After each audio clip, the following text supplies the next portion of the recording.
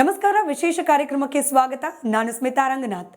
ಇವತ್ತಿನ ಈ ಕಾರ್ಯಕ್ರಮದಲ್ಲಿ ಅತಿಥಿಯಾಗಿ ನಮ್ಮ ಜೊತೆಯಲ್ಲಿದ್ದಾರೆ ಶಾಸಕರಾದ ವಿಜಯಾನಂದ ಕಾಶಪ್ಪನವರವರು. ಸರ್ ನಮಸ್ಕಾರ, ಕಾರ್ಯಕ್ರಮಕ್ಕೆ ಸ್ವಾಗತ. ನಮಸ್ಕಾರ. ನಿಮ್ಮನ್ನ ಕೇವಲ ಶಾಸಕರು ಅಂತ ಹೇಳಿ ಕಾರ್ಯಕ್ರಮಕ್ಕೆ ಬರಮಾಡ್ಕೊಳ್ಬೇಕಾ ಅನ್ನೋದ್ರ ಬಗ್ಗೆ ಗೊಂದಲ ಇದೆ. ನಿಕಟಪೂರ್ವ ಸಚಿವರಾದ ವಿಜಯಾನಂದ ಕಾಶಪ್ಪನವರ್ ಅಂತ ಹೇಳಿ ಕರಿಬೇಕಾಗಿತ್ತಾ? ಅದೆಲ್ಲ ಏನು ಬೇಡ. ಇವಾಗ ಸದ್ಯಕ್ಕೆ ನಾವೆಲ್ಲ ಆಕಾಂಕ್ಷಿ ಪಟ್ಟಿಯಲ್ಲಿರೋರು ಆಗಿದ್ವಿ ಅಂತ ಎಲ್ಲಿ ನಾವು ಘೋಷಣೆ ಮಾಡೋದು ತಪ್ಪಾಗತ್ತೆ. ಇನ್ನೂ ನಾವು ಆಕಾಂಕ್ಷಿ ಹಾಗೇ ಇದ್ದೀವಿ.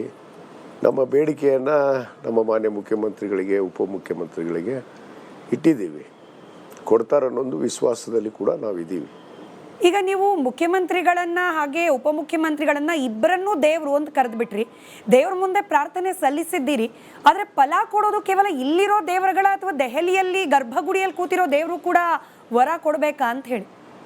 ನೋಡಿ, ನಮ್ಮ ಮುಂದೆ ನಮ್ಮ ರಾಜ್ಯದಲ್ಲಿ ನಮ್ಮ ಪಕ್ಷದ ನಾಯಕರು, ಶಾಸಕಾಂಗ ಪಕ್ಷದ ನಾಯಕರು ಮತ್ತು ಉಪಮುಖ್ಯಮಂತ್ರಿಗಳು ಹಂಚ್ಕೊಂಡಿರುವಂಥ ಎರಡು ದೇವರುಗಳು ಅಂತ ಹೇಳಿದ್ದೀನಿ.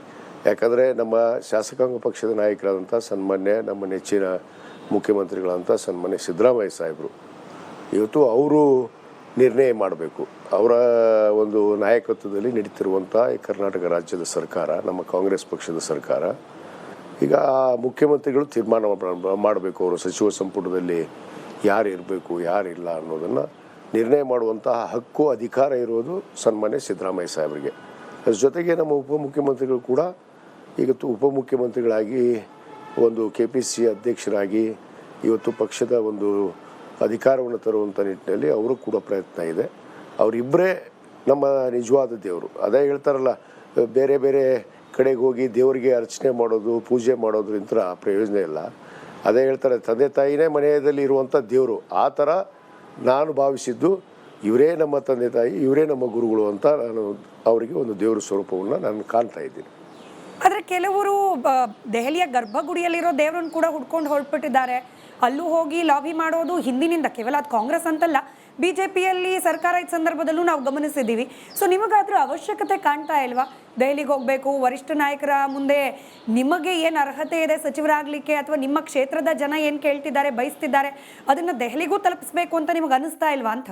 ಇಲ್ಲ, ಡೆಲ್ಲಿ ನಾಯಕರು ಬಂದು ನಮಗೆಲ್ಲ, ನಮ್ಮ ಏನು AICC ಪ್ರಧಾನ ಕಾರ್ಯದರ್ಶಿಗಳು ಸನ್ಮಾನ್ಯ KC ವೇಣುಗೋಪಾಲ್ ಅವರಾಗಿರ್ಬೋದು, ಮತ್ತು ನಮ್ಮ ಇನ್ನೋರ್ವ ನಾಯಕರು, ನಮ್ಮ AICC ಇನ್ಚಾರ್ಜ್ ಸೆಕ್ರೆಟರಿ ಆದಂಥ ರಣದೀಪ್ ಸಿಂಗ್ ಸುರ್ಜೇವಾಲಾ ಸಾಹೇಬರು ಇಲ್ಲೇನು ಬಂದು ರಾಜ್ಯದಲ್ಲಿ ಶಾಸಕರನ್ನು ಕರೆದು ನಮ್ಮ ಕುಂದುಕೊರತೆಗಳನ್ನು ಕೇಳಿದರು. ಯಾವ ಹೈಕಮಾಂಡ್ ಕೂಡ ಮಾಡಿಲ್ಲ ಇದನ್ನ. ಒಂದು ಪಕ್ಷ ಇದ್ದ ಮೇಲೆ ಅದಕ್ಕೊಂದು ಹೈಕಮಾಂಡ್ ಇದೆ.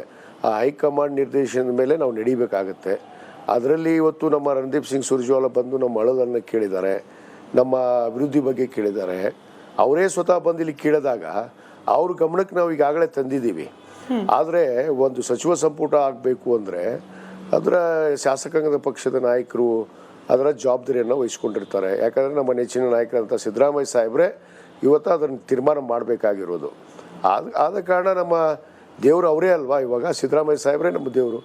ಯಾಕಂದರೆ ನಾವು ಮನೆಯಲ್ಲಿ ನಮ್ಮ ತಂದೆ ತಾಯಿಯೇ ದೇವರು ಅಂತ ಹೇಳ್ತಾರೆ. ನಿಮಗೆ ಒಂದು ಕತೆ ಗೊತ್ತಿರಬೇಕು. ವಿಘ್ನ ನಿವಾರಕನ್ನ ನಿಮ್ಮ ದೇವರು ಎಲ್ಲಿದ್ದಾನೆ ಹುಡುಕೊಂಬ ಅಂತ ಕಳಿಸಿದಾಗ ಪರಮಾತ್ಮ ಮತ್ತು ಪಾರ್ವತಿ ಮತ್ತು ಪರಮೇಶ್ವರನ ಸುತ್ತಾಕಿ ನನ್ನ ದೇವರು ನೀವೇ ಅಂಥೇಳಿ ಏನು ಅಂದು ವಿಘ್ನ ನಿವಾರಕ ಗಣೇಶ್ ಹೇಳ್ತಾರಲ್ಲ, ಆ ಥರ ನನ್ನ ಪಾಲಿಗೆ ಇವರೇ ದೇವರು ಅಂತ ನಾನು ಹೇಳೋದು. ಓಕೆ, ವೇಣುಗೋಪಾಲ್ ಅವರು ಅನೇಕ ಬಾರಿ ರಾಜ್ಯಕ್ಕೆ ಬಂದಿರೋದ್ರಿಂದ ನೀವೇ ಹೇಳಿದ ಕುತೂಹಲ, ಯಾವಾಗ ಬಂದಾಗ ಸಚಿವರಾಗುವ ಆಕಾಂಕ್ಷೆನ ನೀವು ಅವ್ರ ಮುಂದೆ ಪ್ರಸ್ತಾಪ ಮಾಡಿದ್ರಿ?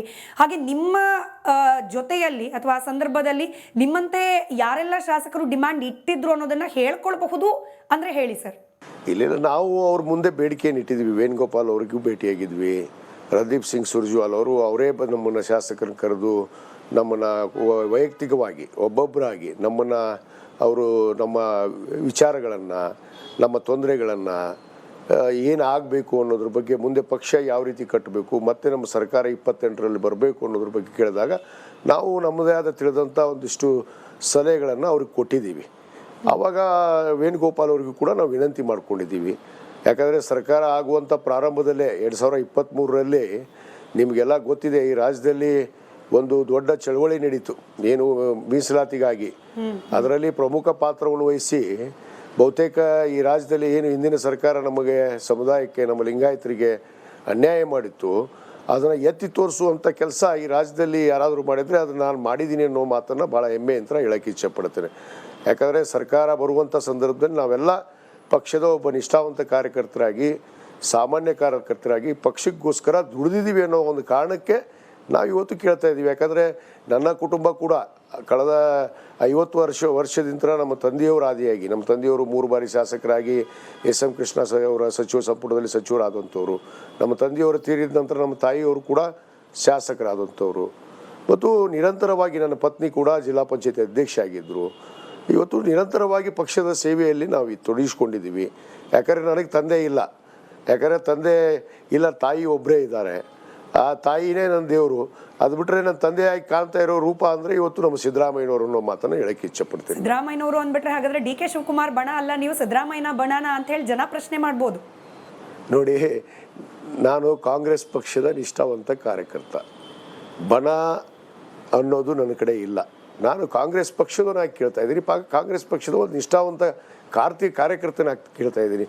ನಮ್ಮ ಕರ್ನಾಟಕ ಪ್ರದೇಶ ಕಾಂಗ್ರೆಸ್ ಸಮಿತಿಯ ಅಧ್ಯಕ್ಷರು ಅವರು ನಾನು ಹೇಳಿದ್ನಲ್ಲ, ಇಬ್ಬರು ದೇವರತ್ತು ಒಪ್ಕೊಂಡಿದ್ದೀನಿ.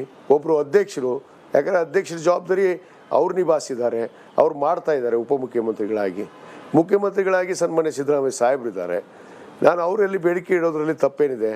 ಅವ್ರ ಮುಖಾಂತರನೇ ಇವತ್ತು ಹೈಕಮಾಂಡಿಗೆ ಹೋಗಬೇಕು ವಿನಃ ನಾನು ನೇರವಾಗಿ ಹೈಕಮಾಂಡಿಂದ ಬಂದೆ ಅನ್ನಿಸ್ಕೊಳ್ಳುವಂಥ ಮನುಷ್ಯನಲ್ಲ.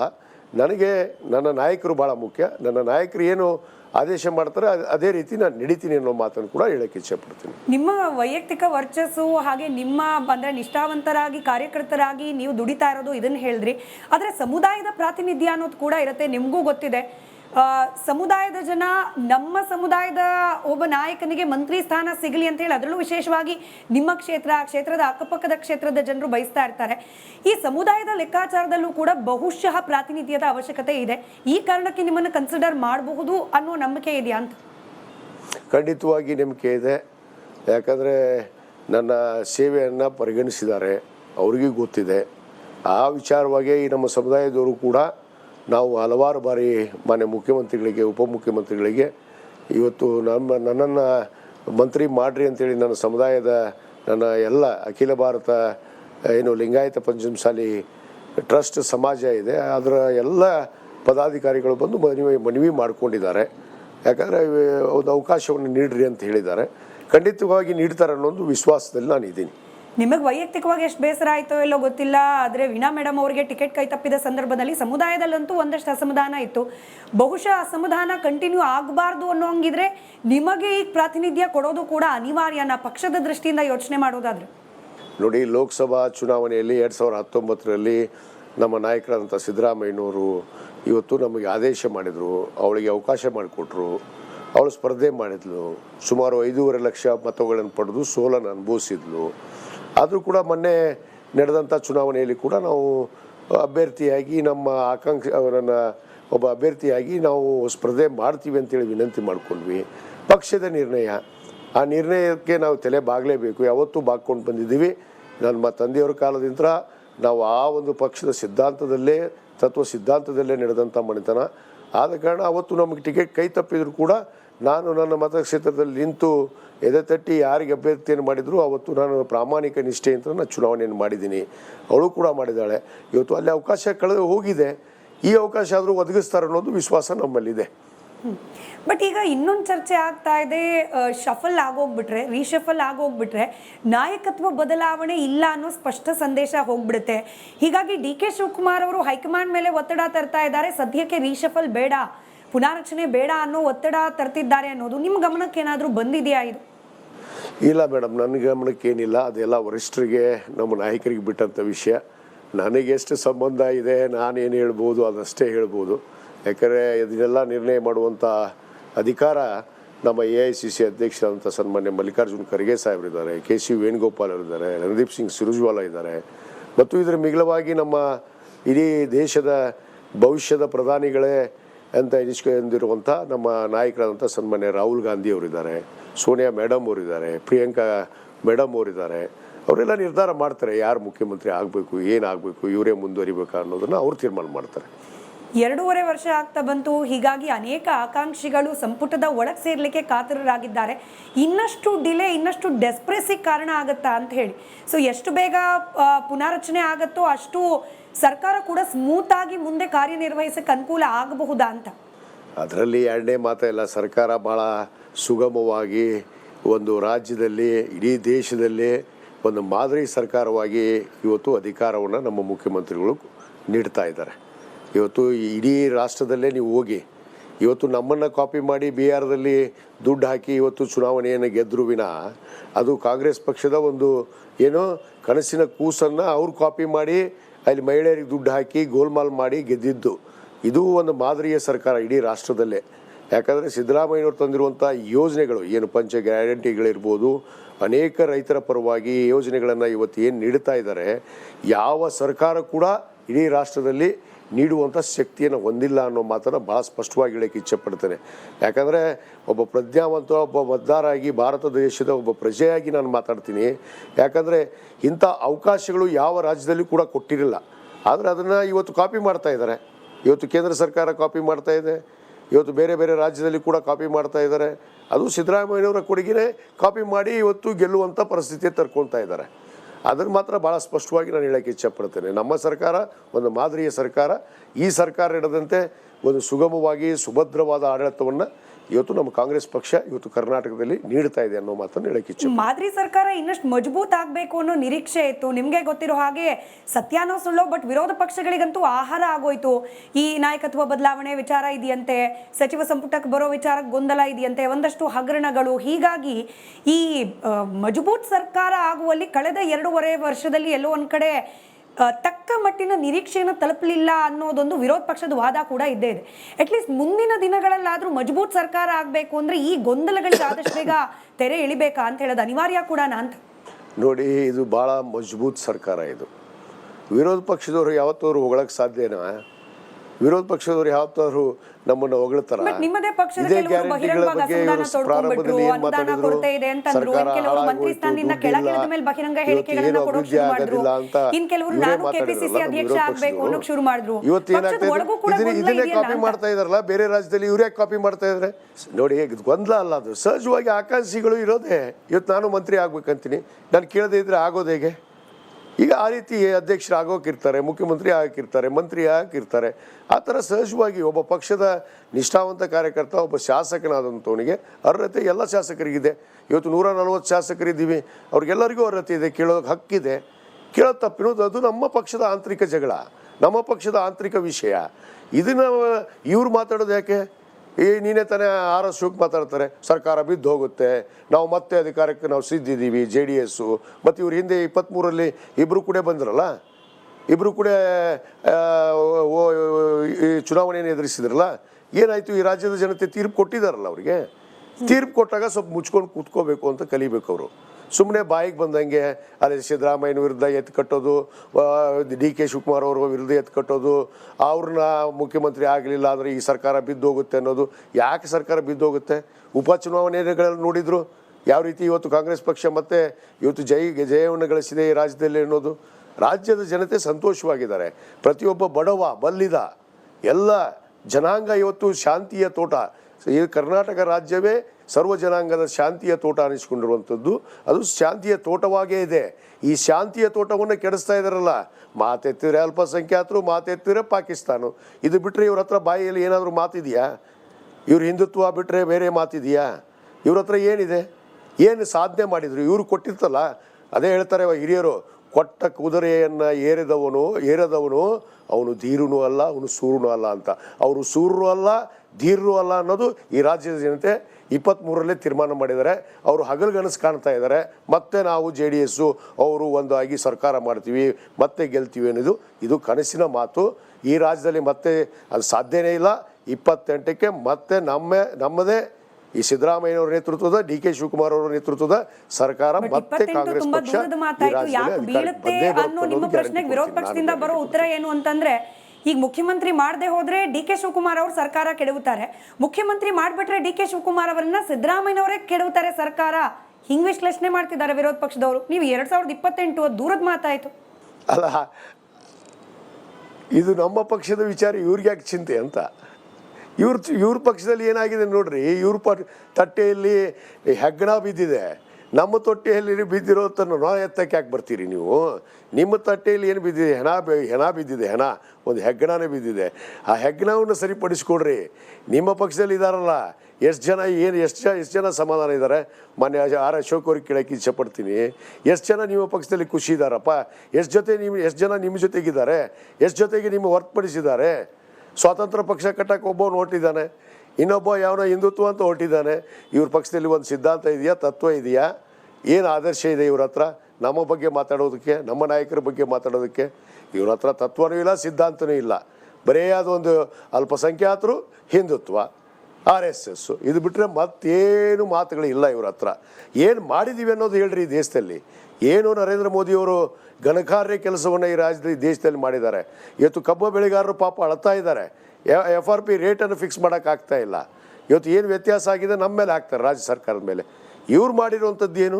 ಕೇಂದ್ರ ಸರ್ಕಾರ FRP ರೇಟನ್ನು ಫಿಕ್ಸ್ ಮಾಡಲಿ, ರೈತರಿಗೆ ಎಷ್ಟು ಬೆಲೆ ಕೊಡಬೇಕು ಕೊಡಲಿ, ಇವತ್ತು ರೈತರಿಗೆ ಬೆಂಬಲ ಬೆಲೆ ಕೊಡಲಿ. ಮಳೆ ಆಗಿ ಅತಿವೃಷ್ಟಿಯಾಗಿ ಇವತ್ತು ಜನರು ಒದ್ದಾಡ್ತಾ ಇದ್ದಾರೆ, ರೈತರು ಒದ್ದಾಡ್ತಾ ಇದ್ದಾರೆ. ಅವ್ರು ಪರಿಹಾರ ನೀಡೋದು ಬಿಟ್ಟು ಒಬ್ಬ ಲೋಕಸಭಾ ಸದಸ್ಯ ಒಂದು ಚಕಾರ ಅಂತ ಒಂದು ಧ್ವನಿ ಎತ್ತಾ ಇಲ್ಲ ಕೇಂದ್ರ ಸರ್ಕಾರದ ಅಲ್ಲಿ. ಇವರು ಪಾರ್ಲಿಮೆಂಟಲ್ಲಿ ಇಲ್ಲಿ ಬಂದು ದೊಡ್ಡದಾಗಿ ಭಾಷಣ ಬಡಿಯೋದು. ಬರೀ ಸರ್ಕಾರ ಬೀಳುತ್ತೆ, ಈ DK ಶಿವಕುಮಾರ್ ಮುಖ್ಯಮಂತ್ರಿ ಆಗಿಲ್ಲ, ಸಿದ್ದರಾಮಯ್ಯನವರು ಮುಂದುವರಿತಾರೆ, ಇದೇ ಮಾತಾಡೋದು ಬಿಟ್ಟರೆ ಬೇರೆ ಏನು ಮಾತಾಡ್ತಾರೆ ರೀ ಮೇಡಮ್ ಇವರು? ಇವ್ರ ಹತ್ರ ಏನಿದೆ, ಏನು ಮಾಡಿದ್ದೀವಿ ಅಂತ ಹೇಳಲ್ಲ ಇವರು, ಬಹಿರಂಗಪಡಿಸ್ಲಿ. ಸರಿ, ವಿರೋಧ ಪಕ್ಷದ ವಿಚಾರವನ್ನು ಪಕ್ಕಕ್ಕೆ ಬಿಟ್ಬಿಡೋಣ. ನೀವು ಕಂಡಂತೆ ಕಾಂಗ್ರೆಸ್ನಲ್ಲಿ, ಅದರಲ್ಲೂ ನೇರವಾಗಿ ಸಿದ್ದರಾಮಯ್ಯನವರು ಹಾಗೆ DK ಶಿವಕುಮಾರ್ ಅವ್ರ ನಡುವೆ ಈ ರೀತಿ ಕಾಂಪಿಟೇಷನ್ ಇರೋದು ನಿಜಾನ? ಮುಖ್ಯಮಂತ್ರಿ ಕುರ್ಚಿ ಬಗ್ಗೆ ಆ ಕಾಂಪಿಟೇಷನ್ ಮಾತು ಪದೇ ಪದೇ ಕೇಳೋಕೆ ಸಿಗ್ತದೆ, ನಿಜಾನ ಇದು ನೀವು ಕಂಡಂತೆ? ಮೇಡಮ್, ಇಷ್ಟೇ ಆಗಬೇಕು ಅನ್ನೋದು ಆಸೆ ಅಂತ ಹೇಳಿದ್ನಲ್ಲ, ಪ್ರತಿಯೊಬ್ಬರಿಗೂ ಇರುತ್ತೆ ಆಸೆ. ಅವ್ರಿಗೂ ಒಂದು ಆಸೆ ಇದೆ, ಆಗಬೇಕು ಅವರು ಮುಖ್ಯಮಂತ್ರಿ ಅನ್ನೋದು. ಯಾಕಂದರೆ ಅವರು ಹಲವಾರು ಬಾರಿ ಶಾಸಕರಾಗಿ ಪಕ್ಷವನ್ನು ಕಟ್ಟಿ ಇಷ್ಟು ವರ್ಷ ಇದ್ದಾರೆ. ಇವತ್ತು ಅದೇ ಆಗಬೇಕು ಅನ್ನೋದು ನನಗೂ ಕೂಡ, ನಾನು 50 ವರ್ಷದಿಂದ ದುಡಿದಿದ್ದೀನಿ ಅಂತ ಹೇಳ್ತಾರೆ, ಅವರು 70-80 ವರ್ಷದಿಂದ ದುಡಿದಿದ್ದೀನಿ ಅಂತ ಹೇಳ್ತಾರೆ. ಈ ರೀತಿ ಸಹಜ ಬೇಡಿಕೆಗಳಿದ್ದಾವೆ, ಇಲ್ಲ ಅಂತ ನಾನು ಹೇಳಲ್ಲ. ಅದನ್ನು ಪರಿಗಣಿಸಿ ಅದನ್ನು ಮಾಡುವಂಥ ಹಕ್ಕು ಅಧಿಕಾರ ಯಾರಿಗಿದೆ? ನಮ್ಮ ಹೈಕಮಾಂಡ್, ನಮ್ಮ AICC ಅಧ್ಯಕ್ಷರಿಗಿದೆ, ಸನ್ಮಾನ್ಯ ರಾಹುಲ್ ಗಾಂಧಿ ಅವರಿಗಿದೆ.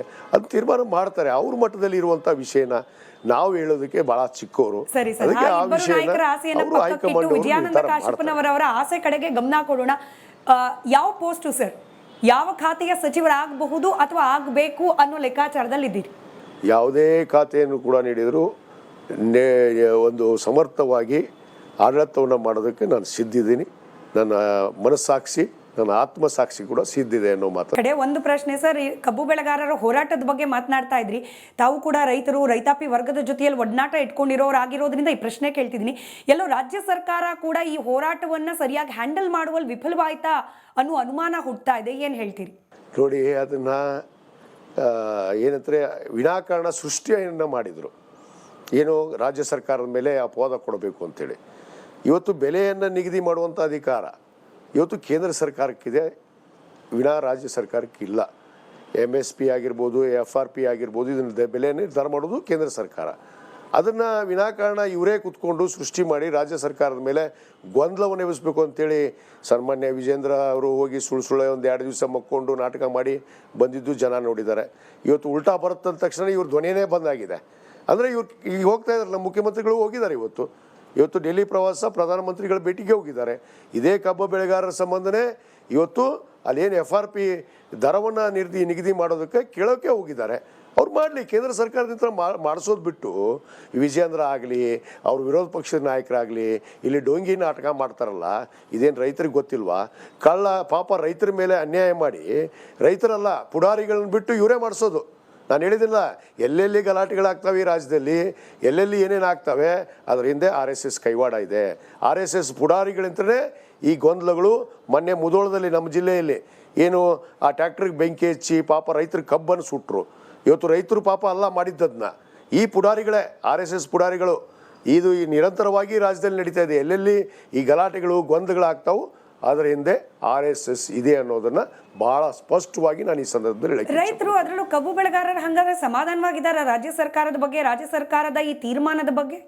ಅಲ್ಲ, ಖಂಡಿತವಾಗಿ ನಾವು ಅವ್ರಿಗೆ ನಮ್ಮ ಸಚಿವರು, ನಮ್ಮ ಮುಖ್ಯಮಂತ್ರಿಗಳು ಮೊನ್ನೆ ತಾನೇ ರಾಜ್ಯ ಸರ್ಕಾರದಿಂದ ನಾವು ಏನು ಅವರಿಗೆ ಬೆಂಬಲ ಬೆಲೆಯನ್ನು ಕೊಡೋದಕ್ಕೆ ಸಾಧ್ಯ ಅನ್ನೋದಕ್ಕೆ ಅವರು ತಮ್ಮ ಸರ್ಕಾರದ ಮಟ್ಟದಲ್ಲಿ ಏನು ಸಾಧ್ಯತೆಗಳಿದ್ದಾವೆ ಆ ಸಾಧ್ಯತೆಯ ಬಗ್ಗೆ ವಿವರಣೆಯನ್ನು ಸಭೆ ಮಾಡಿ ಅವರು ರೈತರನ್ನ ಕರೆದು ಸಂಧಾನ ಮಾಡಿ ಈಗಾಗಲೇ ಅದಕ್ಕೆ ತೀರ್ಮಾನವನ್ನು ಮಾಡಿದ್ದಾರೆ. ಆದರೆ FRP ರೇಟನ್ನು ಫಿಕ್ಸ್ ಮಾಡುವಂಥ ಅಧಿಕಾರ ಕೇಂದ್ರ ಸರ್ಕಾರಕ್ಕಿದೆ. ಅದಕ್ಕೆ ಸ್ವತಃ ನಮ್ಮ ಮುಖ್ಯಮಂತ್ರಿಗಳೇ ಒಂದು ನಿಯೋಗ ತಗೊಂಡು ಇವತ್ತು ಪ್ರಧಾನಿಗಳ ಬಳಿಗೆ ಹೋಗಿದ್ದಾರೆ. ಬಟ್ ಅದನ್ನು ನಿರ್ಧಾರ ಮಾಡಬೇಕಲ್ಲ, ಯಾಕಂದರೆ ಮಲ್ತಾಯಿ ದೋರ್ನ ತೋರ್ತಾ ಇರುವಂಥದ್ದು ಕೇಂದ್ರ ಸರ್ಕಾರ, ಕರ್ನಾಟಕ ರಾಜ್ಯದಲ್ಲಿ ಕಾಂಗ್ರೆಸ್ ಸರ್ಕಾರ ಇದೆ ಅನ್ನೋ ಒಂದೇ ಒಂದು ಕಾರಣಕ್ಕೆ ಇವತ್ತು ನಮಗೆ ಬರಬೇಕಾಗಿರುವಂಥ GSTಯಲ್ಲಿ ಪರಿಹಾರ ಬಂದಿಲ್ಲ. ಇವತ್ತು ರೈತರಿಗೆ ಬೆಂಬಲ ಬೆಲೆ ಕೊಡೋದ್ರಲ್ಲಿ ಅವರಿಗೆ ದುಡ್ಡನ್ನು ಕೊಡುವಂಥ ಕೆಲಸ ಮಾಡಲಿಲ್ಲ. ಯಾವುದೇ ಅಭಿವೃದ್ಧಿ ಕೆಲಸಕ್ಕೆ ನಮಗೆ ಇವತ್ತು ಅಭಿವೃದ್ಧಿ ಕೆಲಸಕ್ಕೆ ದುಡ್ಡನ್ನು ಕೊಡ್ತಾ ಇಲ್ಲ. ಯಾರಿಗೆ ಅವ್ರಿಗೆ ಹೊಟ್ಟೆ ಕಿಚ್ಚು. ಯಾಕಂದರೆ ಕರ್ನಾಟಕ ಸರ್ಕಾರದಲ್ಲಿ ಇವತ್ತು ನಿಚ್ಚಳ ಬಹುಮತದಿಂದ ಗೆದ್ದು ಬಿಟ್ಟಿದ್ದಾರೆ. ಇದೇ ರೀತಿ ಇವ್ರಿಗೆ ಮಾಡೋಕ್ಕೆ ಅಭಿವೃದ್ಧಿ ಮಾಡೋಕ್ಕೆ ಬಿಟ್ಬಿಟ್ರೆ ಮುಂದೆ ಮತ್ತೆ ಅಧಿಕಾರಕ್ಕೆ ಬರ್ತಾರೆ ಅನ್ನೋದು ಹೊಟ್ಟೆ ಕಿಚ್ಚಿಂತ ಕಾಡ್ತಾ ಇದ್ದಾರೆ. ಆದರೆ ಅವ್ರು ಏನೇ ಕಾಡಲಿ ನಾವು ಮಾತ್ರ ನಿಲ್ಲಲ್ಲ. ನಮ್ಮ ಸರ್ಕಾರ ಏನು ನಾವು ಮಾತನ್ನು ಕೊಟ್ಟಿದ್ದೀವಿ ಚುನಾವಣೆ ಪೂರ್ವದಲ್ಲಿ ಆ ಮಾತಿನ ತಕ್ಕ ನಡೀತೇವೆ.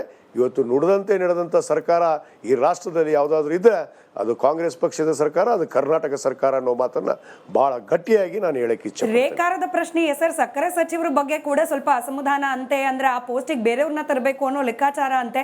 ಹಿಂಗಾಗಿ ಆ ಜವಾಬ್ದಾರಿ ತಮ್ಮ ಮೇಲೆ ಏನಾದರೂ ಹೊರಿಸಿದ್ರೆ ಸಕ್ಕರೆ ಖಾತೆ ಸಚಿವರಾಗಿ ವಿಜಯಾನಂದ ಕಾಶಪ್ಪನವರವರು ಅಪಾಯಿಂಟ್ ಆದರೆ? ಮೇಡಮ್, ನಾನು ಅದ್ರ ಬಗ್ಗೆ ಏನು ಮಾತಾಡಲ್ಲ. ಅದನ್ನು ನಿರ್ಧಾರ ಮಾಡೋದಕ್ಕೆ ನಮ್ಮ ನಾಯಕರಿದ್ದಾರೆ.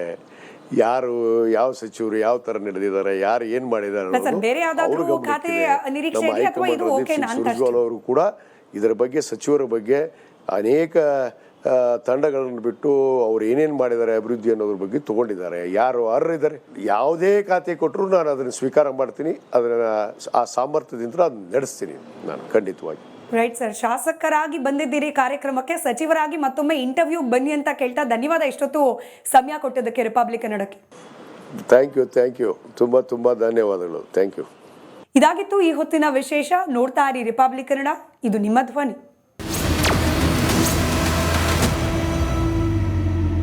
ಬಟ್ ಈಗ ಇನ್ನೊಂದು ಚರ್ಚೆ ಆಗ್ತಾ ಇದೆ, ಶಫಲ್ ಆಗೋಗ್ಬಿಟ್ರೆ, ರೀಶಫಲ್ ಆಗೋಗ್ಬಿಟ್ರೆ ನಾಯಕತ್ವ ಬದಲಾವಣೆ ಇಲ್ಲ ಅನ್ನೋ ಸ್ಪಷ್ಟ ಸಂದೇಶ ಹೋಗ್ಬಿಡುತ್ತೆ. ಹೀಗಾಗಿ DK ಶಿವಕುಮಾರ್ ಅವರು ಹೈಕಮಾಂಡ್ ಮೇಲೆ ಒತ್ತಡ ತರ್ತಾ ಇದ್ದಾರೆ. ಸದ್ಯಕ್ಕೆ ರೀಶಫಲ್ ಬೇಡ, ಪುನಾರಚನೆ ಬೇಡ ಅನ್ನೋ ಒತ್ತಡ ತರ್ತಿದ್ದಾರೆ ಅನ್ನೋದು ನಿಮ್ಮ ಗಮನಕ್ಕೆ ಏನಾದರೂ ಬಂದಿದೆಯಾ? ಇದು ಇಲ್ಲ ಮೇಡಮ್, ನನ್ನ ಗಮನಕ್ಕೇನಿಲ್ಲ. ಅದೆಲ್ಲ ವರಿಷ್ಠರಿಗೆ ನಮ್ಮ ನಾಯಕರಿಗೆ ಬಿಟ್ಟಂಥ ವಿಷಯ. ನನಗೆಷ್ಟು ಸಂಬಂಧ ಇದೆ, ನಾನೇನು ಹೇಳ್ಬೋದು ಅದಷ್ಟೇ ಹೇಳ್ಬೋದು. ಯಾಕಂದರೆ ಇದನ್ನೆಲ್ಲ ನಿರ್ಣಯ ಮಾಡುವಂಥ ಅಧಿಕಾರ ನಮ್ಮ AICC ಅಧ್ಯಕ್ಷರಾದಂಥ ಸನ್ಮಾನ್ಯ ಮಲ್ಲಿಕಾರ್ಜುನ್ ಖರ್ಗೆ ಸಾಹೇಬರಿದ್ದಾರೆ, KC ವೇಣುಗೋಪಾಲ್ ಅವರಿದ್ದಾರೆ, ರಣದೀಪ್ ಸಿಂಗ್ ಸುರ್ಜೇವಾಲಾ ಇದ್ದಾರೆ, ಮತ್ತು ಇದರ ಮಿಗಿಲವಾಗಿ ನಮ್ಮ ಇಡೀ ದೇಶದ ಭವಿಷ್ಯದ ಪ್ರಧಾನಿಗಳೇ ಅಂತ ಎನಿಸ್ಕೊಂಡಿರುವಂಥ ನಮ್ಮ ನಾಯಕರಾದಂಥ ಸನ್ಮಾನ್ಯ ರಾಹುಲ್ ಗಾಂಧಿ ಅವರಿದ್ದಾರೆ, ಸೋನಿಯಾ ಮೇಡಮ್ ಅವರಿದ್ದಾರೆ, ಪ್ರಿಯಾಂಕಾ ಮೇಡಮ್ ಅವರಿದ್ದಾರೆ. ಅವರೆಲ್ಲ ನಿರ್ಧಾರ ಮಾಡ್ತಾರೆ ಯಾರು ಮುಖ್ಯಮಂತ್ರಿ ಆಗಬೇಕು, ಏನಾಗಬೇಕು, ಇವರೇ ಮುಂದುವರಿಬೇಕಾ ಅನ್ನೋದನ್ನು ಅವ್ರು ತೀರ್ಮಾನ ಮಾಡ್ತಾರೆ. 2.5 ವರ್ಷ ಆಗ್ತಾ ಬಂತು. ಹೀಗಾಗಿ ಅನೇಕ ಆಕಾಂಕ್ಷಿಗಳು ಸಂಪುಟದ ಒಳಗೆ ಸೇರ್ಲಿಕ್ಕೆ ಕಾತರರಾಗಿದ್ದಾರೆ. ಇನ್ನಷ್ಟು ಡಿಲೇ, ಇನ್ನಷ್ಟು ಡೆಸ್ಪ್ರೆಸಿಗೆ ಕಾರಣ ಆಗುತ್ತಾ ಅಂತ ಹೇಳಿ. ಸೊ ಎಷ್ಟು ಬೇಗ ಪುನಾರಚನೆ ಆಗುತ್ತೋ ಅಷ್ಟು ಸರ್ಕಾರ ಕೂಡ ಸ್ಮೂತ್ ಆಗಿ ಮುಂದೆ ಕಾರ್ಯನಿರ್ವಹಿಸಕ್ಕೆ ಅನುಕೂಲ ಆಗಬಹುದಾ ಅಂತ. ಅದರಲ್ಲಿ ಎರಡನೇ ಮಾತಿಲ್ಲ. ಸರ್ಕಾರ ಭಾಳ ಸುಗಮವಾಗಿ ಒಂದು ರಾಜ್ಯದಲ್ಲಿ, ಇಡೀ ದೇಶದಲ್ಲಿ ಒಂದು ಮಾದರಿ ಸರ್ಕಾರವಾಗಿ ಇವತ್ತು ಅಧಿಕಾರವನ್ನು ನಮ್ಮ ಮುಖ್ಯಮಂತ್ರಿಗಳು ನೀಡ್ತಾ ಇದ್ದಾರೆ. ಇವತ್ತು ಇಡೀ ರಾಷ್ಟ್ರದಲ್ಲೇ ನೀವು ಹೋಗಿ, ಇವತ್ತು ನಮ್ಮನ್ನು ಕಾಪಿ ಮಾಡಿ ಬಿಹಾರದಲ್ಲಿ ದುಡ್ಡು ಹಾಕಿ ಇವತ್ತು ಚುನಾವಣೆಯನ್ನು ಗೆದ್ದರು ವಿನ ಅದು ಕಾಂಗ್ರೆಸ್ ಪಕ್ಷದ ಒಂದು ಏನೋ ಕನಸಿನ ಕೂಸನ್ನು ಅವ್ರು ಕಾಪಿ ಮಾಡಿ ಅಲ್ಲಿ ಮಹಿಳೆಯರಿಗೆ ದುಡ್ಡು ಹಾಕಿ ಗೋಲ್ಮಾಲ್ ಮಾಡಿ ಗೆದ್ದಿದ್ದು. ಇದು ಒಂದು ಮಾದರಿಯ ಸರ್ಕಾರ ಇಡೀ ರಾಷ್ಟ್ರದಲ್ಲೇ. ಯಾಕಂದರೆ ಸಿದ್ದರಾಮಯ್ಯನವ್ರು ತಂದಿರುವಂಥ ಯೋಜನೆಗಳು ಏನು ಪಂಚ ಗ್ಯಾರಂಟಿಗಳಿರ್ಬೋದು, ಅನೇಕ ರೈತರ ಪರವಾಗಿ ಯೋಜನೆಗಳನ್ನು ಇವತ್ತು ಏನು ನೀಡ್ತಾ ಇದ್ದಾರೆ, ಯಾವ ಸರ್ಕಾರ ಕೂಡ ಇಡೀ ರಾಷ್ಟ್ರದಲ್ಲಿ ನೀಡುವಂಥ ಶಕ್ತಿಯನ್ನು ಹೊಂದಿಲ್ಲ ಅನ್ನೋ ಮಾತನ್ನು ಭಾಳ ಸ್ಪಷ್ಟವಾಗಿ ಹೇಳೋಕ್ಕೆ ಇಚ್ಛೆಪಡ್ತೇನೆ. ಯಾಕಂದರೆ ಒಬ್ಬ ಪ್ರಜ್ಞಾವಂತ, ಒಬ್ಬ ಮತದಾರರಾಗಿ, ಭಾರತ ದೇಶದ ಒಬ್ಬ ಪ್ರಜೆಯಾಗಿ ನಾನು ಮಾತಾಡ್ತೀನಿ. ಯಾಕಂದರೆ ಇಂಥ ಅವಕಾಶಗಳು ಯಾವ ರಾಜ್ಯದಲ್ಲಿ ಕೂಡ ಕೊಟ್ಟಿರಲಿಲ್ಲ. ಆದರೆ ಅದನ್ನು ಇವತ್ತು ಕಾಪಿ ಮಾಡ್ತಾ ಇದ್ದಾರೆ. ಇವತ್ತು ಕೇಂದ್ರ ಸರ್ಕಾರ ಕಾಪಿ ಮಾಡ್ತಾ ಇದೆ, ಇವತ್ತು ಬೇರೆ ಬೇರೆ ರಾಜ್ಯದಲ್ಲಿ ಕೂಡ ಕಾಪಿ ಮಾಡ್ತಾ ಇದ್ದಾರೆ. ಅದು ಸಿದ್ದರಾಮಯ್ಯನವರ ಕೊಡುಗೆನೇ ಕಾಪಿ ಮಾಡಿ ಇವತ್ತು ಗೆಲ್ಲುವಂಥ ಪರಿಸ್ಥಿತಿ ತರ್ಕೊಳ್ತಾ ಇದ್ದಾರೆ. ಅದನ್ನು ಮಾತ್ರ ಭಾಳ ಸ್ಪಷ್ಟವಾಗಿ ನಾನು ಹೇಳೋಕ್ಕೆ ಇಚ್ಛೆಪಡ್ತೇನೆ. ನಮ್ಮ ಸರ್ಕಾರ ಒಂದು ಮಾದರಿಯ ಸರ್ಕಾರ. ಈ ಸರ್ಕಾರ ಹಿಡಿದಂತೆ ಒಂದು ಸುಗಮವಾಗಿ ಸುಭದ್ರವಾದ ಆಡಳಿತವನ್ನು ಇವತ್ತು ನಮ್ಮ ಕಾಂಗ್ರೆಸ್ ಪಕ್ಷ ಇವತ್ತು ಕರ್ನಾಟಕದಲ್ಲಿ ನೀಡ್ತಾ ಇದೆ ಅನ್ನೋ ಮಾತನ್ನು ಹೇಳಕ್ಕೆ ಇಚ್ಛೆ. ಮಾದರಿ ಸರ್ಕಾರ ಇನ್ನಷ್ಟು ಮಜಬೂತ್ ಆಗಬೇಕು ಅನ್ನೋ ನಿರೀಕ್ಷೆ ಇತ್ತು. ನಿಮಗೆ ಗೊತ್ತಿರೋ ಹಾಗೆ ಸತ್ಯಾನೋ ಸುಳ್ಳೋ, ಬಟ್ ವಿರೋಧ ಪಕ್ಷಗಳಿಗಂತೂ ಆಹಾರ ಆಗೋಯ್ತು. ಈ ನಾಯಕತ್ವ ಬದಲಾವಣೆ ವಿಚಾರ ಇದೆಯಂತೆ, ಸಚಿವ ಸಂಪುಟಕ್ಕೆ ಬರೋ ವಿಚಾರಕ್ಕೆ ಗೊಂದಲ ಇದೆಯಂತೆ, ಒಂದಷ್ಟು ಹಗರಣಗಳು. ಹೀಗಾಗಿ ಈ ಮಜಬೂತ್ ಸರ್ಕಾರ ಆಗುವಲ್ಲಿ ಕಳೆದ 2.5 ವರ್ಷದಲ್ಲಿ ಎಲ್ಲೋ ಒಂದ್ ಕಡೆ ತಕ್ಕ ಮಟ್ಟಿನ ನಿರೀಕ್ಷೆಯನ್ನು ತಲುಪಲಿಲ್ಲ ಅನ್ನೋದೊಂದು ವಿರೋಧ ಪಕ್ಷದ ವಾದ ಕೂಡ ಇದ್ದೇ ಇದೆ. ಅಟ್ಲೀಸ್ಟ್ ಮುಂದಿನ ದಿನಗಳಲ್ಲಾದ್ರೂ ಮಜಬೂತ್ ಸರ್ಕಾರ ಆಗಬೇಕು ಅಂದ್ರೆ ಈ ಗೊಂದಲಗಳಿಗೆ ಆದಷ್ಟು ಬೇಗ ತೆರೆ ಎಳಿಬೇಕಾ ಅಂತ ಹೇಳೋದು ಅನಿವಾರ್ಯ ಕೂಡ ಅಂತ. ನೋಡಿ, ಇದು ಭಾಳ ಮಜಬೂತ್ ಸರ್ಕಾರ. ಇದು ವಿರೋಧ ಪಕ್ಷದವರು ಯಾವತ್ತವರು ಹೊಗಳಕ್ಕೆ ಸಾಧ್ಯನಾ? ವಿರೋಧ ಪಕ್ಷದವರು ಯಾವತ್ತಾದ್ರು ನಮ್ಮನ್ನು ಹೊಗಳ್ತಾರ? ನಿಮ್ಮದೇ ಪಕ್ಷದ ಕೆಲವರು ಬಹಿರಂಗವಾಗಿ ಅಸಮಾಧಾನ ತೋಡ್ಕೊಂಡ್ಬಿಟ್ರು, ಅನುದಾನ ಕೊರತೆ ಇದೆ ಅಂತಂದ್ರು. ಇನ್ ಕೆಲವರು ಮಂತ್ರಿ ಸ್ಥಾನದಿಂದ ಕೆಳಗಿಳಿದ ಮೇಲೆ ಬಹಿರಂಗ ಹೇಳಿಕೆಗಳನ್ನ ಕೊಡೋಕೆ ಶುರು ಮಾಡಿದ್ರು. ಇನ್ ಕೆಲವರು ನಾನು ಕೆಪಿಸಿಸಿ ಅಧ್ಯಕ್ಷ ಆಗ್ಬೇಕು ಅನ್ನೋಕೆ ಶುರು ಮಾಡಿದ್ರು. ಇದನ್ನೇ ಕಾಪಿ ಮಾಡ್ತಾ ಇದಾರಲ್ಲ ಬೇರೆ ರಾಜ್ಯದಲ್ಲಿ. ಇವ್ರೇ ಕಾಪಿ ಮಾಡ್ತಾ ಇದಾರೆ. ನೋಡಿ, ಗೊಂದಲ ಅಲ್ಲ, ಅದು ಸಹಜವಾಗಿ ಆಕಾಂಕ್ಷಿಗಳು ಇರೋದೇ. ಇವತ್ತು ನಾನು ಮಂತ್ರಿ ಆಗ್ಬೇಕಂತೀನಿ, ನಾನು ಕೇಳದೇ ಇದ್ರೆ ಆಗೋದು ಹೇಗೆ?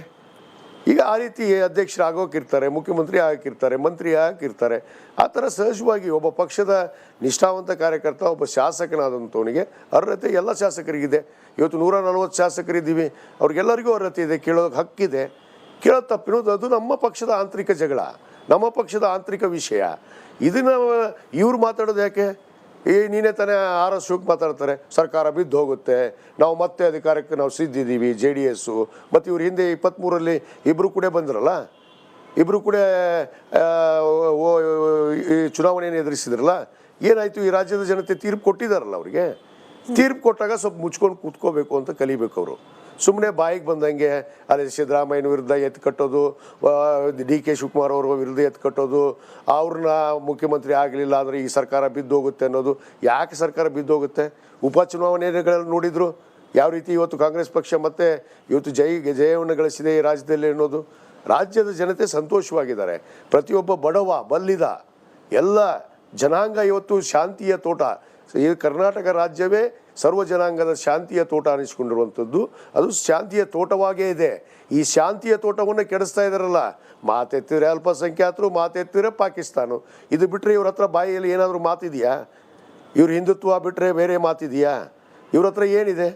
ಏನು ಸಾಧನೆ ಮಾಡಿದ್ರು? ಇವರು ಕೊಟ್ಟಿರ್ತಲ್ಲ, ಅದೇ ಹೇಳ್ತಾರೆ ಹಿರಿಯರು, ಕೊಟ್ಟ ಕುದುರೆಯನ್ನು ಏರದವನು ಅವನು ಧೀರನೂ ಅಲ್ಲ, ಅವನು ಸೂರನೂ ಅಲ್ಲ ಅಂತ. ಅವರು ಸೂರರು ಅಲ್ಲ, ಧೀರರು ಅಲ್ಲ ಅನ್ನೋದು ಈ ರಾಜ್ಯದ ಜನತೆ 23ರಲ್ಲೇ ತೀರ್ಮಾನ ಮಾಡಿದ್ದಾರೆ. ಅವರು ಹಗಲುಗನಸು ಕಾಣ್ತಾ ಇದ್ದಾರೆ. ಮತ್ತೆ ನಾವು JDS ಅವರು ಒಂದು ಆಗಿ ಸರ್ಕಾರ ಮಾಡ್ತೀವಿ, ಮತ್ತೆ ಗೆಲ್ತೀವಿ ಅನ್ನೋದು ಇದು ಕನಸಿನ ಮಾತು. ಈ ರಾಜ್ಯದಲ್ಲಿ ಮತ್ತೆ ಅದು ಸಾಧ್ಯನೇ ಇಲ್ಲ. 28ಕ್ಕೆ ಮತ್ತೆ ನಮ್ಮದೇ ಈ ಸಿದ್ದರಾಮಯ್ಯನವರ ನೇತೃತ್ವದ DK ಶಿವಕುಮಾರ್ ಅವರ ನೇತೃತ್ವದ ಸರ್ಕಾರ ಮತ್ತೆ ಕಾಂಗ್ರೆಸ್ ಪಕ್ಷ ನಿಮ್ಮ ಪ್ರಶ್ನೆಗೆ ವಿರೋಧ ಪಕ್ಷದಿಂದ ಬರೋ ಉತ್ತರ ಏನು ಅಂತಂದ್ರೆ, ಈಗ ಮುಖ್ಯಮಂತ್ರಿ ಮಾಡದೆ ಹೋದ್ರೆ DK ಶಿವಕುಮಾರ್ ಅವರು ಸರ್ಕಾರ ಕೆಡವುತ್ತಾರೆ, ಮುಖ್ಯಮಂತ್ರಿ ಮಾಡ್ಬಿಟ್ರೆ DK ಶಿವಕುಮಾರ್ ಅವರನ್ನ ಸಿದ್ದರಾಮಯ್ಯನವರೇ ಕೆಡವುತ್ತಾರೆ ಸರ್ಕಾರ. ಹಿಂಗ್ ವಿಶ್ಲೇಷಣೆ ಮಾಡ್ತಿದ್ದಾರೆ ವಿರೋಧ ಪಕ್ಷದವರು. ನೀವು 2028 ದೂರದ ಮಾತಾಯ್ತು ಅಲ್ಲ. ಇದು ನಮ್ಮ ಪಕ್ಷದ ವಿಚಾರ, ಇವ್ರಿಗೆ ಯಾಕೆ ಚಿಂತೆ ಅಂತ. ಇವ್ರ ಪಕ್ಷದಲ್ಲಿ ಏನಾಗಿದೆ ನೋಡ್ರಿ. ಇವ್ರ ತಟ್ಟೆಯಲ್ಲಿ ಹೆಗ್ಗಣ ಬಿದ್ದಿದೆ, ನಮ್ಮ ತೊಟ್ಟೆಯಲ್ಲಿ ಬಿದ್ದಿರೋದನ್ನು ಎತ್ತಕ್ಕೆ ಯಾಕೆ ಬರ್ತೀರಿ ನೀವು? ನಿಮ್ಮ ತಟ್ಟೆಯಲ್ಲಿ ಏನು ಬಿದ್ದಿದೆ? ಹೆಣ ಬಿದ್ದಿದೆ, ಒಂದು ಹೆಗ್ಗಣನೇ ಬಿದ್ದಿದೆ. ಆ ಹೆಗ್ಗಣವನ್ನು ಸರಿಪಡಿಸ್ಕೊಡ್ರಿ. ನಿಮ್ಮ ಪಕ್ಷದಲ್ಲಿ ಇದ್ದಾರಲ್ಲ ಎಷ್ಟು ಜನ ಸಮಾಧಾನ ಇದ್ದಾರೆ? ಮೊನ್ನೆ RS ಅವ್ರಿಗೆ ಕೇಳೋಕ್ಕೆ ಇಚ್ಛಪಡ್ತೀನಿ, ಎಷ್ಟು ಜನ ನಿಮ್ಮ ಪಕ್ಷದಲ್ಲಿ ಖುಷಿ ಇದ್ದಾರಪ್ಪ? ಎಷ್ಟು ಜನ ನಿಮ್ಮ ಜೊತೆಗಿದ್ದಾರೆ? ಎಷ್ಟು ಜೊತೆಗೆ ನಿಮ್ಮ ಹೊರತುಪಡಿಸಿದ್ದಾರೆ? ಸ್ವಾತಂತ್ರ್ಯ ಪಕ್ಷ ಕಟ್ಟಕ್ಕೆ ಒಬ್ಬವನು ಹೊರಟಿದ್ದಾನೆ, ಇನ್ನೊಬ್ಬ ಯಾವನೋ ಹಿಂದುತ್ವ ಅಂತ ಹೊರಟಿದ್ದಾನೆ. ಇವ್ರ ಪಕ್ಷದಲ್ಲಿ ಒಂದು ಸಿದ್ಧಾಂತ ಇದೆಯಾ, ತತ್ವ ಇದೆಯಾ, ಏನು ಆದರ್ಶ ಇದೆ ಇವ್ರ ಹತ್ರ? ನಮ್ಮ ಬಗ್ಗೆ ಮಾತಾಡೋದಕ್ಕೆ, ನಮ್ಮ ನಾಯಕರ ಬಗ್ಗೆ ಮಾತಾಡೋದಕ್ಕೆ ಇವ್ರ ಹತ್ರ ತತ್ವನೂ ಇಲ್ಲ, ಸಿದ್ಧಾಂತನೂ ಇಲ್ಲ. ಬರೇ ಅದೊಂದು ಅಲ್ಪಸಂಖ್ಯಾತರು, ಹಿಂದುತ್ವ, RSS, ಇದು ಬಿಟ್ಟರೆ ಮತ್ತೇನು ಮಾತುಗಳಿಲ್ಲ ಇವ್ರ ಹತ್ರ. ಏನು ಮಾಡಿದ್ದೀವಿ ಅನ್ನೋದು ಹೇಳ್ರಿ ಈ ದೇಶದಲ್ಲಿ. ಏನು ನರೇಂದ್ರ ಮೋದಿಯವರು ಘನಕಾರ್ಯ ಕೆಲಸವನ್ನು ಈ ರಾಜ್ಯದಲ್ಲಿ ದೇಶದಲ್ಲಿ ಮಾಡಿದ್ದಾರೆ. ಇವತ್ತು ಕಬ್ಬು ಬೆಳೆಗಾರರು ಪಾಪ ಅಳ್ತಾ ಇದ್ದಾರೆ. FRP ರೇಟನ್ನು ಫಿಕ್ಸ್ ಮಾಡೋಕ್ಕಾಗ್ತಾ ಇಲ್ಲ. ಇವತ್ತು ಏನು ವ್ಯತ್ಯಾಸ ಆಗಿದೆ ನಮ್ಮ ಮೇಲೆ ಹಾಕ್ತಾರೆ, ರಾಜ್ಯ ಸರ್ಕಾರದ ಮೇಲೆ. ಇವ್ರು ಮಾಡಿರುವಂಥದ್ದು ಏನು? ಕೇಂದ್ರ ಸರ್ಕಾರ FRP ರೇಟನ್ನು ಫಿಕ್ಸ್ ಮಾಡಲಿ, ರೈತರಿಗೆ ಎಷ್ಟು ಬೆಲೆ ಕೊಡಬೇಕು ಕೊಡಲಿ, ಇವತ್ತು ರೈತರಿಗೆ ಬೆಂಬಲ ಬೆಲೆ ಕೊಡಲಿ. ಮಳೆ ಆಗಿ ಅತಿವೃಷ್ಟಿಯಾಗಿ ಇವತ್ತು ಜನರು ಒದ್ದಾಡ್ತಾ ಇದ್ದಾರೆ, ರೈತರು ಒದ್ದಾಡ್ತಾ ಇದ್ದಾರೆ. ಅವ್ರು ಪರಿಹಾರ ನೀಡೋದು ಬಿಟ್ಟು ಒಬ್ಬ ಲೋಕಸಭಾ ಸದಸ್ಯ ಒಂದು ಚಕಾರ ಅಂತ ಒಂದು ಧ್ವನಿ ಎತ್ತಾ ಇಲ್ಲ ಕೇಂದ್ರ ಸರ್ಕಾರದ ಅಲ್ಲಿ. ಇವರು ಪಾರ್ಲಿಮೆಂಟಲ್ಲಿ ಇಲ್ಲಿ ಬಂದು ದೊಡ್ಡದಾಗಿ ಭಾಷಣ ಬಡಿಯೋದು, ಬರೀ ಸರ್ಕಾರ ಬೀಳುತ್ತೆ, ಈ ಡಿ ಕೆ ಶಿವಕುಮಾರ್ ಮುಖ್ಯಮಂತ್ರಿ ಆಗಿಲ್ಲ, ಸಿದ್ದರಾಮಯ್ಯನವರು ಮುಂದುವರಿತಾರೆ. ಇದೇ ಮಾತಾಡೋದು ಬಿಟ್ಟರೆ ಬೇರೆ ಏನು ಮಾತಾಡ್ತಾರೆ ರೀ ಮೇಡಮ್ ಇವರು? ಇವ್ರ ಹತ್ರ ಏನಿದೆ, ಏನು ಮಾಡಿದ್ದೀವಿ ಅಂತ ಹೇಳಲ್ಲ, ಇವರು ಬಹಿರಂಗಪಡಿಸ್ಲಿ. ಸರಿ, ವಿರೋಧ ಪಕ್ಷದ ವಿಚಾರವನ್ನು ಪಕ್ಕಕ್ಕೆ ಬಿಟ್ಬಿಡೋಣ. ನೀವು ಕಂಡಂತೆ ಕಾಂಗ್ರೆಸ್ನಲ್ಲಿ, ಅದರಲ್ಲೂ ನೇರವಾಗಿ ಸಿದ್ದರಾಮಯ್ಯನವರು ಹಾಗೆ ಡಿ ಕೆ ಶಿವಕುಮಾರ್ ಅವ್ರ ನಡುವೆ ಈ ರೀತಿ ಕಾಂಪಿಟೇಷನ್ ಇರೋದು ನಿಜಾನ? ಮುಖ್ಯಮಂತ್ರಿ ಕುರ್ಚಿ ಬಗ್ಗೆ ಆ ಕಾಂಪಿಟೇಷನ್ ಮಾತು ಪದೇ ಪದೇ ಕೇಳೋಕೆ ಸಿಗ್ತದೆ, ನಿಜಾನ ಇದು ನೀವು ಕಂಡಂತೆ? ಮೇಡಮ್, ಇಷ್ಟೇ ಆಗಬೇಕು ಅನ್ನೋದು ಆಸೆ ಅಂತ ಹೇಳಿದ್ನಲ್ಲ, ಪ್ರತಿಯೊಬ್ಬರಿಗೂ ಇರುತ್ತೆ ಆಸೆ. ಅವ್ರಿಗೂ ಒಂದು ಆಸೆ ಇದೆ, ಆಗಬೇಕು ಅವರು ಮುಖ್ಯಮಂತ್ರಿ ಅನ್ನೋದು. ಯಾಕಂದರೆ ಅವರು ಹಲವಾರು ಬಾರಿ ಶಾಸಕರಾಗಿ ಪಕ್ಷವನ್ನು ಕಟ್ಟಿ ಇಷ್ಟು ವರ್ಷ ಇದ್ದಾರೆ. ಇವತ್ತು ಅದೇ ಆಗಬೇಕು ಅನ್ನೋದು ನನಗೂ ಕೂಡ, ನಾನು 50 ವರ್ಷದಿಂದ ದುಡಿದಿದ್ದೀನಿ ಅಂತ ಹೇಳ್ತಾರೆ, ಅವರು 70-80 ವರ್ಷದಿಂದ ದುಡಿದಿದ್ದೀನಿ ಅಂತ ಹೇಳ್ತಾರೆ. ಈ ರೀತಿ ಸಹಜ ಬೇಡಿಕೆಗಳಿದ್ದಾವೆ, ಇಲ್ಲ ಅಂತ ನಾನು ಹೇಳಲ್ಲ. ಅದನ್ನು ಪರಿಗಣಿಸಿ ಅದನ್ನು ಮಾಡುವಂಥ ಹಕ್ಕು ಅಧಿಕಾರ ಯಾರಿಗಿದೆ? ನಮ್ಮ ಹೈಕಮಾಂಡ್, ನಮ್ಮ AICC ಅಧ್ಯಕ್ಷರಿಗಿದೆ, ಸನ್ಮಾನ್ಯ ರಾಹುಲ್ ಗಾಂಧಿ ಅವರಿಗಿದೆ. ಅದು ತೀರ್ಮಾನ ಮಾಡ್ತಾರೆ. ಅವ್ರ ಮಟ್ಟದಲ್ಲಿ ಇರುವಂಥ ವಿಷಯನ ನಾವು ಹೇಳೋದಕ್ಕೆ ಬಹಳ ಚಿಕ್ಕವರು. ಅದಕ್ಕೆ ಆ ವಿಷಯನ ವಿಜಯಾನಂದ ಕಾಶಪ್ಪನವರ ಆಸೆ ಕಡೆಗೆ ಗಮನ ಕೊಡೋಣ. ಯಾವ ಪೋಸ್ಟು ಸರ್, ಯಾವ ಖಾತೆಯ ಸಚಿವರಾಗಬಹುದು ಅಥವಾ ಆಗಬೇಕು ಅನ್ನೋ ಲೆಕ್ಕಾಚಾರದಲ್ಲಿ ಇದ್ದೀರಿ? ಯಾವುದೇ ಖಾತೆಯನ್ನು ಕೂಡ ನೀಡಿದರೂ ಒಂದು ಸಮರ್ಥವಾಗಿ ಆಡಳಿತವನ್ನು ಮಾಡೋದಕ್ಕೆ ನಾನು ಸಿದ್ಧಿದ್ದೀನಿ. ನನ್ನ ಮನಸ್ಸಾಕ್ಷಿ, ನನ್ನ ಆತ್ಮಸಾಕ್ಷಿ ಕೂಡ ಸಿದ್ಧಿದೆ ಅನ್ನೋ ಮಾತು. ಕಡೆ ಒಂದು ಪ್ರಶ್ನೆ ಸರ್, ಕಬ್ಬು ಬೆಳೆಗಾರರ ಹೋರಾಟದ ಬಗ್ಗೆ ಮಾತನಾಡ್ತಾ ಇದ್ರಿ. ತಾವು ಕೂಡ ರೈತರು, ರೈತಾಪಿ ವರ್ಗದ ಜೊತೆಯಲ್ಲಿ ಒಡನಾಟ ಇಟ್ಕೊಂಡಿರೋರಾಗಿರೋದ್ರಿಂದ ಈ ಪ್ರಶ್ನೆ ಕೇಳ್ತಿದ್ದೀನಿ. ಎಲ್ಲೋ ರಾಜ್ಯ ಸರ್ಕಾರ ಕೂಡ ಈ ಹೋರಾಟವನ್ನ ಸರಿಯಾಗಿ ಹ್ಯಾಂಡಲ್ ಮಾಡುವಲ್ಲಿ ವಿಫಲವಾಯ್ತಾ ಅನ್ನೋ ಅನುಮಾನ ಹುಡ್ತಾ ಇದೆ, ಏನು ಹೇಳ್ತೀರಿ? ನೋಡಿ, ಅದನ್ನ ಏನಂದ್ರೆ ವಿನಾಕಾರಣ ಸೃಷ್ಟಿಯನ್ನು ಮಾಡಿದರು. ಏನು ರಾಜ್ಯ ಸರ್ಕಾರದ ಮೇಲೆ ಅಪವಾದ ಕೊಡಬೇಕು ಅಂತೇಳಿ. ಇವತ್ತು ಬೆಲೆಯನ್ನು ನಿಗದಿ ಮಾಡುವಂಥ ಅಧಿಕಾರ ಇವತ್ತು ಕೇಂದ್ರ ಸರ್ಕಾರಕ್ಕಿದೆ, ವಿನಾ ರಾಜ್ಯ ಸರ್ಕಾರಕ್ಕಿಲ್ಲ. MSP ಆಗಿರ್ಬೋದು, FRP ಆಗಿರ್ಬೋದು, ಇದನ್ನ ಬೆಲೆ ನಿರ್ಧಾರ ಮಾಡೋದು ಕೇಂದ್ರ ಸರ್ಕಾರ. ಅದನ್ನು ವಿನಾಕಾರಣ ಇವರೇ ಕೂತ್ಕೊಂಡು ಸೃಷ್ಟಿ ಮಾಡಿ ರಾಜ್ಯ ಸರ್ಕಾರದ ಮೇಲೆ ಗೊಂದಲವನ್ನು ಎಬ್ಬಿಸಬೇಕು ಅಂತೇಳಿ ಸನ್ಮಾನ್ಯ ವಿಜೇಂದ್ರ ಅವರು ಹೋಗಿ ಸುಳ್ಳು ಒಂದು 2 ದಿವಸ ಮಕ್ಕೊಂಡು ನಾಟಕ ಮಾಡಿ ಬಂದಿದ್ದು ಜನ ನೋಡಿದ್ದಾರೆ. ಇವತ್ತು ಉಲ್ಟಾ ಬರುತ್ತಂದ ತಕ್ಷಣ ಇವ್ರ ಧ್ವನಿಯೇ ಬಂದಾಗಿದೆ. ಅಂದರೆ ಇವ್ರು ಈಗ ಹೋಗ್ತಾ ಇದ್ದಾರೆ, ನಮ್ಮ ಮುಖ್ಯಮಂತ್ರಿಗಳು ಹೋಗಿದ್ದಾರೆ. ಇವತ್ತು ಡೆಲ್ಲಿ ಪ್ರವಾಸ, ಪ್ರಧಾನಮಂತ್ರಿಗಳ ಭೇಟಿಗೆ ಹೋಗಿದ್ದಾರೆ. ಇದೇ ಕಬ್ಬು ಬೆಳೆಗಾರರ ಸಂಬಂಧನೇ ಇವತ್ತು ಅಲ್ಲೇನು FRP ದರವನ್ನು ನಿಗದಿ ಮಾಡೋದಕ್ಕೆ ಕೇಳೋಕ್ಕೆ ಹೋಗಿದ್ದಾರೆ.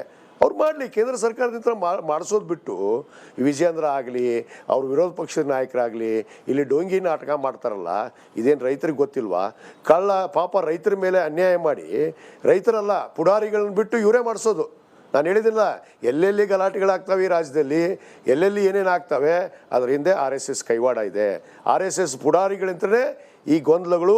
ಮೊನ್ನೆ ಮುಧೋಳದಲ್ಲಿ ನಮ್ಮ ಜಿಲ್ಲೆಯಲ್ಲಿ ಏನು ಆ ಟ್ಯಾಕ್ಟ್ರಿಗೆ ಬೆಂಕಿ ಹಚ್ಚಿ ಪಾಪ ರೈತರ ಕಬ್ಬನ್ನು ಸುಟ್ಟರು. ಇವತ್ತು ರೈತರು ಪಾಪ ಅಲ್ಲ ಮಾಡಿದ್ದದನ್ನ, ಈ ಪುಡಾರಿಗಳೇ, RSS ಪುಡಾರಿಗಳು. ಇದು ಈ ನಿರಂತರವಾಗಿ ರಾಜ್ಯದಲ್ಲಿ ನಡೀತಾ ಇದೆ. ಎಲ್ಲೆಲ್ಲಿ ಈ ಗಲಾಟೆಗಳು ಗೊಂದಲಗಳಾಗ್ತಾವು, ಅದರ ಹಿಂದೆ RSS ಇದೆ ಅನ್ನೋದನ್ನ ಬಹಳ ಸ್ಪಷ್ಟವಾಗಿ ನಾನು ಈ ಸಂದರ್ಭದಲ್ಲಿ ಹೇಳಿ. ರೈತರು, ಅದರಲ್ಲೂ ಕಬ್ಬು ಬೆಳೆಗಾರರು ಹಂಗಾದ್ರೆ ಸಮಾಧಾನವಾಗಿದ್ದಾರೆ ರಾಜ್ಯ ಸರ್ಕಾರದ ಬಗ್ಗೆ, ರಾಜ್ಯ ಸರ್ಕಾರದ ಈ ತೀರ್ಮಾನದ ಬಗ್ಗೆ? ಅಲ್ಲ, ಖಂಡಿತವಾಗಿ ಈಗ ನಾವು ಅವ್ರಿಗೆ ನಮ್ಮ ಸಚಿವರು, ನಮ್ಮ ಮುಖ್ಯಮಂತ್ರಿಗಳು ಮೊನ್ನೆ ತಾನೇ ರಾಜ್ಯ ಸರ್ಕಾರದಿಂದ ನಾವು ಏನು ಅವರಿಗೆ ಬೆಂಬಲ ಬೆಲೆಯನ್ನು ಕೊಡೋದಕ್ಕೆ ಸಾಧ್ಯ ಅನ್ನೋದಕ್ಕೆ ಅವರು ನಮ್ಮ ಸರ್ಕಾರದ ಮಟ್ಟದಲ್ಲಿ ಏನು ಸಾಧ್ಯತೆಗಳಿದ್ದಾವೆ ಆ ಸಾಧ್ಯತೆಯ ಬಗ್ಗೆ ವಿವರಣೆಯನ್ನು ಸಭೆ ಮಾಡಿ ಅವರು ರೈತರನ್ನ ಕರೆದು ಸಂಧಾನ ಮಾಡಿ ಈಗಾಗಲೇ ಅದಕ್ಕೆ ತೀರ್ಮಾನವನ್ನು ಮಾಡಿದ್ದಾರೆ. ಆದರೆ FRP ರೇಟನ್ನು ಫಿಕ್ಸ್ ಮಾಡುವಂಥ ಅಧಿಕಾರ ಕೇಂದ್ರ ಸರ್ಕಾರಕ್ಕಿದೆ. ಅದಕ್ಕೆ ಸ್ವತಃ ನಮ್ಮ ಮುಖ್ಯಮಂತ್ರಿಗಳೇ ಒಂದು ನಿಯೋಗ ತಗೊಂಡು ಇವತ್ತು ಪ್ರಧಾನಿಗಳ ಬಳಿಗೆ ಹೋಗಿದ್ದಾರೆ. ಬಟ್ ಅದನ್ನು ನಿರ್ಧಾರ ಮಾಡಬೇಕಲ್ಲ, ಯಾಕಂದರೆ ಮಲ್ತಾಯಿ ದೋರ್ನ ತೋರ್ತಾ ಇರುವಂಥದ್ದು ಕೇಂದ್ರ ಸರ್ಕಾರ. ಕರ್ನಾಟಕ ರಾಜ್ಯದಲ್ಲಿ ಕಾಂಗ್ರೆಸ್ ಸರ್ಕಾರ ಇದೆ ಅನ್ನೋ ಒಂದೇ ಒಂದು ಕಾರಣಕ್ಕೆ ಇವತ್ತು ನಮಗೆ ಬರಬೇಕಾಗಿರುವಂಥ GSTಯಲ್ಲಿ ಪರಿಹಾರ ಬಂದಿಲ್ಲ. ಇವತ್ತು ರೈತರಿಗೆ ಬೆಂಬಲ ಬೆಲೆ ಕೊಡೋದ್ರಲ್ಲಿ ಅವರಿಗೆ ದುಡ್ಡನ್ನು ಕೊಡುವಂಥ ಕೆಲಸ ಮಾಡಲಿಲ್ಲ. ಯಾವುದೇ ಅಭಿವೃದ್ಧಿ ಕೆಲಸಕ್ಕೆ ನಮಗೆ ಇವತ್ತು ಅಭಿವೃದ್ಧಿ ಕೆಲಸಕ್ಕೆ ದುಡ್ಡನ್ನು ಕೊಡ್ತಾ ಇಲ್ಲ. ಯಾರಿಗೆ? ಅವ್ರಿಗೆ ಹೊಟ್ಟೆ ಕಿಚ್ಚು. ಯಾಕಂದರೆ ಕರ್ನಾಟಕ ಸರ್ಕಾರದಲ್ಲಿ ಇವತ್ತು ನಿಚ್ಚಳ ಬಹುಮತದಿಂದ ಗೆದ್ದು ಬಿಟ್ಟಿದ್ದಾರೆ. ಇದೇ ರೀತಿ ಇವ್ರಿಗೆ ಅಭಿವೃದ್ಧಿ ಮಾಡೋಕ್ಕೆ ಬಿಟ್ಬಿಟ್ರೆ ಮುಂದೆ ಮತ್ತೆ ಅಧಿಕಾರಕ್ಕೆ ಬರ್ತಾರೆ ಅನ್ನೋದು ಹೊಟ್ಟೆ ಕಿಚ್ಚಿಂದ ಕಾಡ್ತಾ ಇದ್ದಾರೆ. ಆದರೆ ಅವ್ರು ಏನೇ ಕಾಡಲಿ, ನಾವು ಮಾತ್ರ ನಿಲ್ಲಲ್ಲ. ನಮ್ಮ ಸರ್ಕಾರ ಏನು ನಾವು ಮಾತನ್ನು ಕೊಟ್ಟಿದ್ದೀವಿ ಚುನಾವಣೆ ಪೂರ್ವದಲ್ಲಿ, ಆ ಮಾತಿನ ತಕ್ಕ ನಡೀತೇವೆ. ಇವತ್ತು ನುಡಿದಂತೆ ನಡೆದಂಥ ಸರ್ಕಾರ ಈ ರಾಷ್ಟ್ರದಲ್ಲಿ ಯಾವುದಾದ್ರೂ ಇದ್ದರೆ ಅದು ಕಾಂಗ್ರೆಸ್ ಪಕ್ಷದ ಸರ್ಕಾರ, ಅದು ಕರ್ನಾಟಕ ಸರ್ಕಾರ ಅನ್ನೋ ಮಾತನ್ನ ಬಹಳ ಗಟ್ಟಿಯಾಗಿ ನಾನು ಹೇಳಕ್ಕೆ ಇಚ್ಛೆ. ರೇಖಾರದ ಪ್ರಶ್ನೆ ಸರ್, ಸಕ್ಕರೆ ಸಚಿವರ ಬಗ್ಗೆ ಕೂಡ ಸ್ವಲ್ಪ ಅಸಮಾಧಾನ ಅಂತೆ. ಅಂದ್ರೆ ಆ ಪೋಸ್ಟಿಗೆ ಬೇರೆಯವ್ರನ್ನ ತರಬೇಕು ಅನ್ನೋ ಲೆಕ್ಕಾಚಾರ ಅಂತೆ. ಹಿಂಗಾಗಿ ಆ ಜವಾಬ್ದಾರಿ ತಮ್ಮ ಮೇಲೆ ಏನಾದರೂ ಹೊರಿಸಿದ್ರೆ, ಸಕ್ಕರೆ ಖಾತೆ ಸಚಿವರಾಗಿ ವಿಜಯಾನಂದ ಕಾಶಪ್ಪನವರವರು ಅಪಾಯಿಂಟ್ ಆದ್ರೆ ಮೇಡಮ್, ನಾನು ಅದ್ರ ಬಗ್ಗೆ ಏನು ಮಾತಾಡಲ್ಲ. ಅದನ್ನು ನಿರ್ಧಾರ ಮಾಡೋದಕ್ಕೆ ನಮ್ಮ ನಾಯಕರಿದ್ದಾರೆ. ಯಾರು ಯಾವ ಸಚಿವರು ಯಾವ ಥರ ನಡೆದಿದ್ದಾರೆ, ಯಾರು ಏನು ಮಾಡಿದ್ದಾರೆ ಅಲ್ಲ ಸರ್, ಬೇರೆ ಯಾವ್ದಾದ್ರು ಖಾತೆ ನಿರೀಕ್ಷೆ ಇದೆಯಾ ಅಥವಾ ಇದು ಓಕೆನಾ ಅಂತ ಅಷ್ಟೇ? ಸುರ್ಜೇವಾಲ ಅವರು ಕೂಡ ಇದರ ಬಗ್ಗೆ, ಸಚಿವರ ಬಗ್ಗೆ ಅನೇಕ ತಂಡಗಳನ್ನು ಬಿಟ್ಟು ಅವ್ರು ಏನೇನು ಮಾಡಿದ್ದಾರೆ ಅಭಿವೃದ್ಧಿ ಅನ್ನೋದ್ರ ಬಗ್ಗೆ ತೊಗೊಂಡಿದ್ದಾರೆ. ಯಾರು ಅರ್ಹರಿದ್ದಾರೆ, ಯಾವುದೇ ಖಾತೆ ಕೊಟ್ಟರು ನಾನು ಅದನ್ನು ಸ್ವೀಕಾರ ಮಾಡ್ತೀನಿ. ಅದನ್ನು ಆ ಸಾಮರ್ಥ್ಯದಿಂದ ಅದನ್ನು ನಡೆಸ್ತೀನಿ ನಾನು ಖಂಡಿತವಾಗಿ. ರೈಟ್ ಸರ್, ಶಾಸಕರಾಗಿ ಬಂದಿದ್ದೀರಿ ಕಾರ್ಯಕ್ರಮಕ್ಕೆ, ಸಚಿವರಾಗಿ ಮತ್ತೊಮ್ಮೆ ಇಂಟರ್ವ್ಯೂಗೆ ಬನ್ನಿ ಅಂತ ಕೇಳ್ತಾ ಧನ್ಯವಾದ ಇಷ್ಟೊತ್ತು ಸಮಯ ಕೊಟ್ಟದಕ್ಕೆ ರಿಪಬ್ಲಿಕ್ ಕನ್ನಡಕ್ಕೆ. ಥ್ಯಾಂಕ್ ಯು ತುಂಬ ಧನ್ಯವಾದಗಳು. Thank you. ಇದಾಗಿತ್ತು ಈ ಹೊತ್ತಿನ ವಿಶೇಷ. ನೋಡ್ತಾ ಇರಿ ರಿಪಬ್ಲಿಕ್ ಕನ್ನಡ, ಇದು ನಿಮ್ಮ ಧ್ವನಿ.